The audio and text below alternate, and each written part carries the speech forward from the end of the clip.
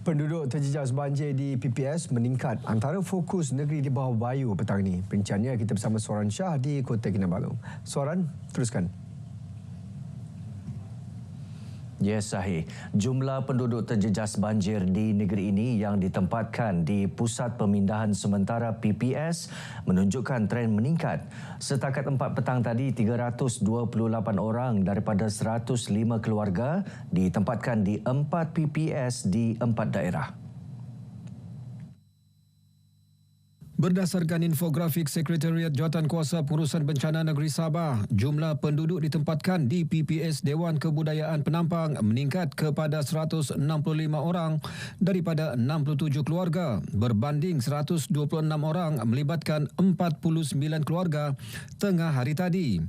Di PPS Dewan Seri Putatan, 116 orang daripada 25 keluarga masih ditempatkan di PPS berkenaan. Sementara di Tuaran dan Tamparuli, satu PPS dibuka iaitu PPS Dewan Balai Raya Kampung Tutu Selupoh dan PPS Dewan Balai Raya Kampung Bontoy masing-masing menempatkan 29 dan 18 penduduk. Ketiga ini pasukan penyelamat Angkatan Pertahanan Malaysia APM Sabah dalam mod berjaga-jaga sekiranya berlaku sebarang kejadian bencana. Terdahulu tinjauan kru RTM di Manggatal dan Inanam mendapati banjir pulih sepenuhnya. Jalan raya terjejas banjir sebelum ini juga boleh dilalui semua jenis kenderaan. Sementara itu, Jabatan Meteorologi Malaysia menerusi kenyataan memaklumkan ribut petir, hujan lebat dan angin kencang dijangka berlaku di beberapa kawasan pedalaman Sabah sehingga petang ini. Ketua Isi Rumah KIR terjejas banjir di Penampang menerima bantuan wang ihsan RM1,000 bagi setiap KIR. Bantuan disampaikan Ketua Menteri Datuk Seri Panglima Haji Jinor ketika melawat penduduk terjejas di PPS Pusat Kebudayaan Penampang. Bercakap kepada media, Datuk Haji Ji berharap bantuan ini dapat meringankan beban keluarga terjejas banjir. Kerajaan negeri amat prihatin dan bersimpati dengan mangsa-mangsa ini, dan kerana itu kita bersedia untuk membantu mereka yang datang di pusat pemindahan sementara ini dengan bantuan RM1,000 kepada setiap keluarga. Selain kita juga memikirkan untuk membantu mangsa-mangsa yang banyak kerosakan yang dialami, terutama tempat masak mereka di rumah. Dalam perkembangan berkaitan, Datuk Haji Ji yang juga pengerusi Sekretariat Jawatankuasa Pengurusan Bencana Negeri memaklumkan pihaknya akan mencari jalan terbaik mengatasi banjir di negeri ini. Pihak berkuasa tempatan, PBT, turut diminta melakukan pembersihan perparitan sebagai persediaan awal menghadapi musim tengkujuh. Bantuan segera bagi membantu mangsa banjir di Penampang ditambah RM30,000 lagi menjadikan jumlah keseluruhan RM50,000. Perkara itu diumum Ahli Parlimen kawasan tersebut, Datuk Iwan Benedict, ketika melawat Pusat Pemindahan Sementara PPS di Pusat Kebudayaan Penampang.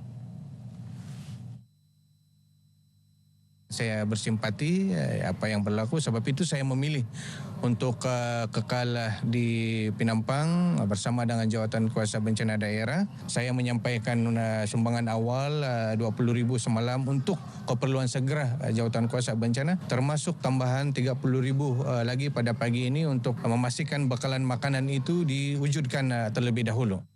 Datuk Iwan yang juga Menteri Pembangunan Usahawan dan Koperasi ditemui RTM ketika melawat PPS Pusat Kebudayaan Penampang. Seramai 165 penduduk terjejas banjir daripada 67 ketua isi rumah berlindung di PPS ini setakat 4 petang tadi. Jumlah tersebut meningkat berbanding 129 orang pada sebelah tengah hari. Daerah Penampang dilanda banjir sejak petang semalam selepas hujan lebat berlarutan selama lebih 2 jam. Terdahulu, Datuk Iwan memaklumkan beliau akan menghadiri mesyuarat Jawatankuasa Tindakan Pembangunan Daerah pada 9 Julai ini. Mesyuarat bertujuan membincangkan projek-projek yang sedang dilaksana di Penampang selain inisiatif dan cadangan mitigasi bagi mengurangkan kesan banjir. di peringkat saya sebagai ahli parlimen di sini, saya telah melancarkan plan pembangunan Penampang pada bulan Disember tahun lepas di hadapan Yang Amat Berhormat Perdana Menteri dan Yang Amat Berhormat Ketua Menteri, di mana perkara mengenai dengan banjir dan juga cadangan tempatan banjir dan juga pembaik pulihan perkara-perkara yang terkait dengan banjir itu sudah ada dalam plan pembangunan Penampang tersebut. Selain daerah Penampang, beberapa daerah lain turut terjejas banjir, antaranya Tuaran, Papar, Sipitang, Putatan dan Tamparuli. Kabinet Negeri telah meluluskan program Sabah Malaysia Rumah Keduaku Sabah MM2H dan bersedia menerima permohonan daripada peserta bermula hari ini. Program ini juga telah diluluskan Kerajaan Persekutuan melalui Kementerian Pelancongan, Kesenian dan Kebudayaan MOTEK dengan tempoh kelulusan sekitar 8 hingga 10 minggu. Menurut Menteri Pelancongan Kebudayaan dan Alam Sekitar, Dato' Christina Liu, Sabah MM2H hanya terpakai di negeri ini dan pemohon tidak dibenarkan menggunakan permit dalam program tersebut untuk bekerja di Malaysia. Program ini juga dilihat sebagai pemangkin untuk menarik pelabur ke Sabah dengan menawarkan pelbagai inisiatif yang memberi impak positif kepada pertumbuhan ekonomi. The program itself means opening up the doors of Sabah to our foreign friends to come, international friends to come to Sabah, to invest here, to retire here, to live here, to promote our Sabah, open our door to the world, international also. Beliau berkata demikian kepada media selepas melancarkan program berkenaan. Program Sabah Malaysia Rumah Keduaku menetapkan beberapa syarat permohonan. Antaranya, pemohon mestilah berumur sekurang-kurangnya 30 tahun, berasal dari negara yang mempunyai hubungan diplomatik dengan Malaysia, memenuhi keperluan simpanan tetap dan kewangan, serta dibenarkan membeli hartanah bertingkat bernilai sekurang-kurangnya RM600,000.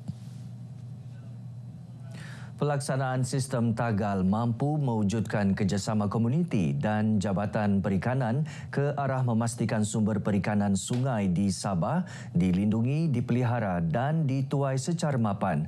Dalam masa sama meningkatkan pendapatan masyarakat luar bandar melalui aktiviti ekopelancongan. Menurut Pembantu Menteri Pertanian, Perikanan dan Industri Makanan, Dato' Hendrus Anding, penglibatan lebih ramai masyarakat dalam pelaksanaan sistem tagal di sungai menunjukkan mereka semakin peka akan peranan dan kelebihannya.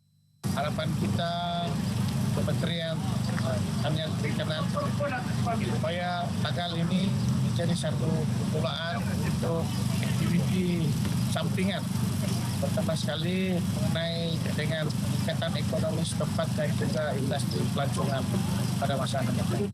Beliau ditemui pemberita selepas merasmikan tagal tradisi Kampung Kijai Marautai Besar di Tawau.